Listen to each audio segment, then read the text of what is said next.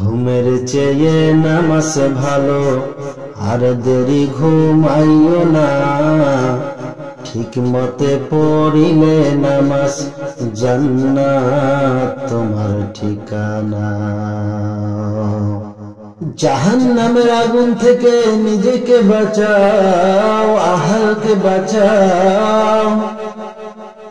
কারণ জাহান্নামের ইন্ধন দুনিয়ার আগুন, আগুন জাহান্নামের আগুন, আগুন দুনিয়ার আগুন। দুনিয়ার মানুষের ক্ষতিও হয়, উপকারও হয়, কিন্তু জাহান্নামের আগুন কোনো উপকার নাই ক্ষতি ছাড়া।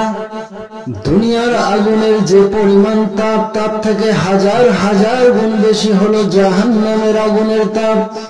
দুনিয়ার আগুনে হাতে লাগলে হাত জ্বলবে, পা জ্বলবে না, পা জ্বলবে, হাত জ্বলবে না। আর জাহান্নামের আগুন এমন ভয়ঙ্কর আগুন, শরীরের যে কোনো জায়গায় লাগলে কলিজা পর্যন্ত ছিঁড়ে যাবে। দুনিয়ার আগুন জ্বলায় নরম জিনিস দিয়া, আর জাহান্নামের আগুন আল্লাহ জ্বলাবে শক্ত জিনিস দিয়া, মানুষ দিয়া।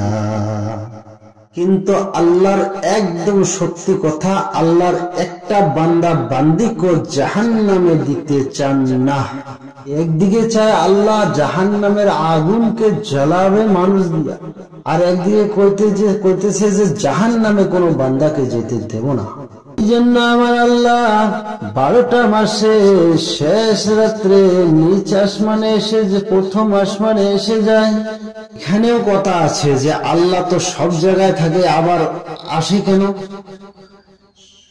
এর মধ্যেও কথা আছে আল্লাহর যে কুদরত, আল্লাহর যে ঝলক প্রথম আসমানের মধ্য দিয়ে দেয়। আচ্ছা বলেন তো, আল্লাহ কি বান্দাকে থেকে নিতে আসেন না বান্দাকে দিতে আসেন? বলেন, বান্দাকে দিতে আসেন না। আপনার কিছু লাগবে? কিছু লাগবে না? লাগবে। তা আপনি ঘুমান কেন? আপনি এত ঘুমান কেন? এই জন্য বলছে ঘুমের থেকে নামাজ ভালো, আর দেরি ঘুমাইও না। ঠিক মতে পড়িলে নামাজ, জান্নাত তোমার ঠিকানা। ঘুমের থেকে নামাজ ভালো, আর দেরি ঘুমাইও না।